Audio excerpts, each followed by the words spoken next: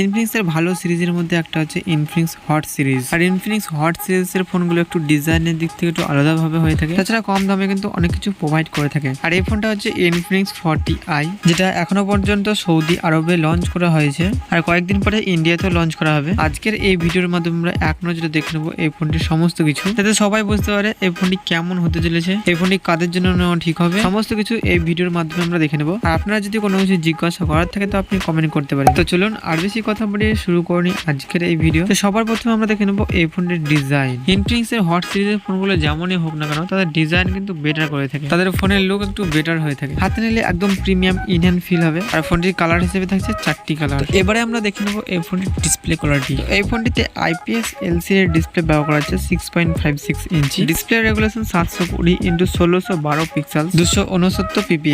আর এই ফোনটির touch refresh rate হিসেবে থাকছে 90 হার্জ। 90 হার্জেও কিন্তু এই টাচ স্ক্রিন যথেষ্ট স্মুথ করে তুলেছে। তো এছাড়াও ডিসপ্লে কালার একদম bright colourful display, content watch এবং গেমিং এক্সপিরিয়েন্স কিন্তু আপনি ভালো পেয়ে যাবেন। এরপরে আমরা দেখে নেবো এই ফোনটির পারফরমেন্স। অপারেটিং সিস্টেম হিসেবে ব্যবহার হচ্ছে Android 13। এখানে চিপসেট ব্যবহার হচ্ছে MediaTek Helio G88, যেটা 12 ন্যানোমিটার ফেব্রিকেশন বেস। আর এর গ্রাফিক্স হচ্ছে Mali G52 MC2।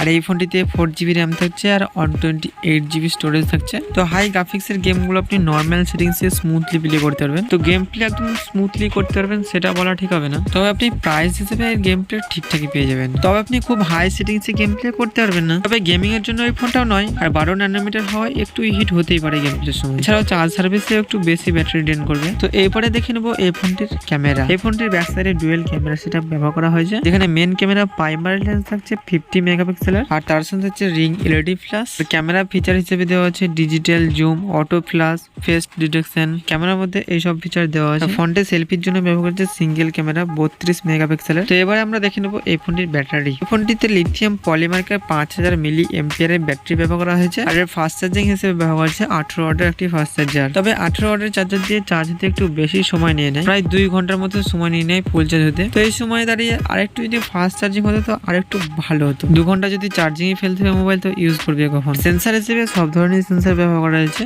আর সিকিউরিটির জন্য ব্যবহার করা হচ্ছে সাইড মাউন্টেড ফিঙ্গারপ্রিন্ট। তবে এর ফিঙ্গারপ্রিন্ট সেন্সার কিন্তু অনেক ফাস্ট। আর ফোনটিতে FM রেকর্ডিং থাকছে, 3.5mm হেডফোন জ্যাক দেওয়া থাকছে, GPS থাকছে ব্লুটুথ 5.0। আর এই ফোনটি নেটওয়ার্ক সাপোর্ট হিসেবে ব্যবহার করছে 5G সাপোর্টেড। তো নেটওয়ার্ক স্পিড কিন্তু অনেক ফাস্ট। তো এই ফোনটি বিশেষত কাদের জন্য নেওয়া ঠিক হবে, যারা নর্মাল ইউজার তাদের জন্য তো বেস্ট হতেই চলেছে ফোনটি। তাছাড়া হালকা পাতলা গেম প্লে কিংবা কন্টেন্ট ওয়াচ যদি করে থাকেন তাহলেও কিন্তু আপনার জন্য এই ফোনটি ভালো হতে চলেছে। মাত্র যদি গেম প্লের জন্য নিয়ে থাকেন তো একবারে সাজেস্টেড নয়। তো গেম প্লের সময় একটু হিট হতেই পারে ফোনটি। তো গেমিং এর জন্য ফোন নিলে আরো ভালো ফোন পেয়ে যাবেন আপনি। তো এই ফোনটি গেম প্লের জন্য একবারে নয়। আর এই ভিডিও থেকে যদি আপনার একটু কাজ হয়ে থাকে, ভিডিওটি যদি আপনার ভালো লেগে থাকে তো অবশ্যই একটি লাইক করবেন, চ্যানেলটিকে সাবস্ক্রাইব করে নেবেন। এরকম টেক রিলেটেড ভিডিও আমরা আপলোড করতেই থাকি। আর কোনো কিছু জানার থাকলে কমেন্ট করবেন, আমি কমেন্টে রিপ্লাই করে থাকি। তো ভালো থাকবেন সবাই, আজকের মতো এতটুকুই।